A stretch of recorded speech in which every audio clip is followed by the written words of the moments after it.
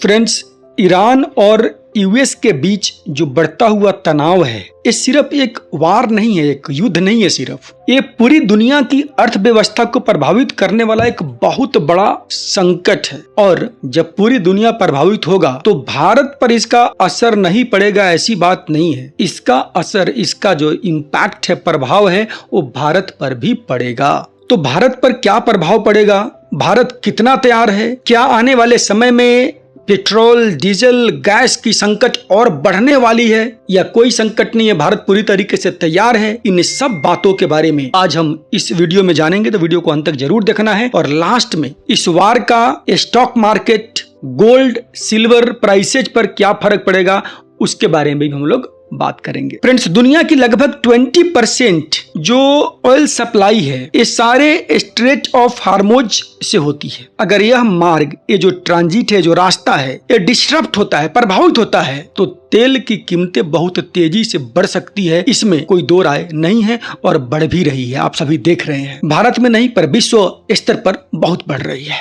भारत की अर्थव्यवस्था, Iran America, ये जो युद्ध है, ये जो रीजन है, ये जो क्षेत्र है, तो इन क्षेत्रों से भारत के अर्थव्यवस्था के मेनली 3 सेगमेंट पर प्रभाव पड़ता है। पहला है energy, oil and gas, second है ट्रेड, व्यापार, और तीसरा है रेमिटेंसेज यानी विदेश से आने वाला जो पैसा है वो। आइए बात करते हैं पहले फ्यूल प्राइसेज के बारे में। भारत अपनी आवश्यकता का 80% से अधिक तेल जो है इंपोर्ट करता है, इसलिए तेल की कीमत बढ़ने का सीधा असर पेट्रोल, डीजल और एलपीजी पर पड़ता है। अब बात करते हैं इन्फ्लेशन के बारे में कि कैसे ईंधन के प्राइसेज से, कैसे वार से इन्फ्लेशन डायरेक्टली इफेक्टेड होता है। इन्फ्लेशन की बात करेंगे तो जब ईंधन महंगा होता है तो ट्रांसपोर्ट, प्रोडक्शन कॉस्ट सब बढ़ जाती है और इसका रिजल्ट ये होता है कि महंगाई में वृद्धि, यानी लीडिंग टू हायर इन्फ्लेशन। आइए बात करते हैं कि कौन कौन से सेक्टर इससे अधिक प्रभावित होता है।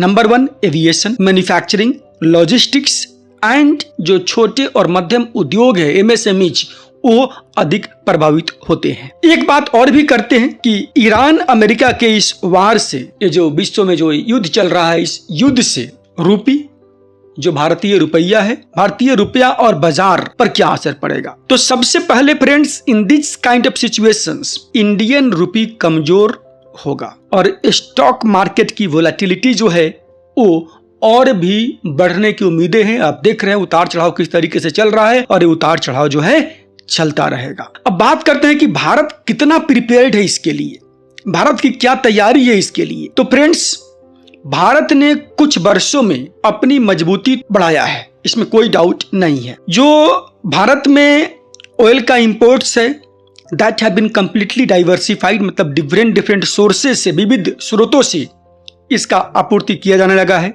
स्ट्रेटेजिक रिजर्व्स जो है ऑयल का, वो भारत में बढ़ा है और अल्टरनेटिव सप्लाई चेन, जो वैकल्पिक सप्लाई चेन है, वो तैयार किया गया है। फ्रेंड्स, जो कंक्लूजन है, जो निष्कर्ष है, वो निष्कर्ष यह है कि जो सिचुएशन है बहुत चैलेंजिंग है, लेकिन जो भारत की अर्थव्यवस्था है मजबूत है आज के समय में और इस तरीके के हर परिस्थितियों से, हर सिचुएशन से निपटने की पूरी क्षमता रखती है। इसमें कोई डाउट, कोई शक नहीं है। लेकिन याद रखिए, ये जो ग्लोबल कॉन्फ्लिक्ट्स है, इसका इम्पैक्ट सिर्फ बॉर्डर तक लिमिट नहीं रहता है, it reaches to individuals pocket. इसका प्रभाव आपके जेब तक भी पहुंचते हैं। तो फ्रेंड्स, ऐसे ही इंपैक्टफुल एनालिसिस के लिए, इंसाइटफुल टॉक्स के लिए आप हमारे चैनल को सब्सक्राइब कर लीजिए। भारत की अर्थव्यवस्था, ग्लोबल सिचुएशन और इसका प्रभाव आपके पॉकेट पर, आपके परिवार पर, आपके समाज पर, आपके जरूरी चीजों पर,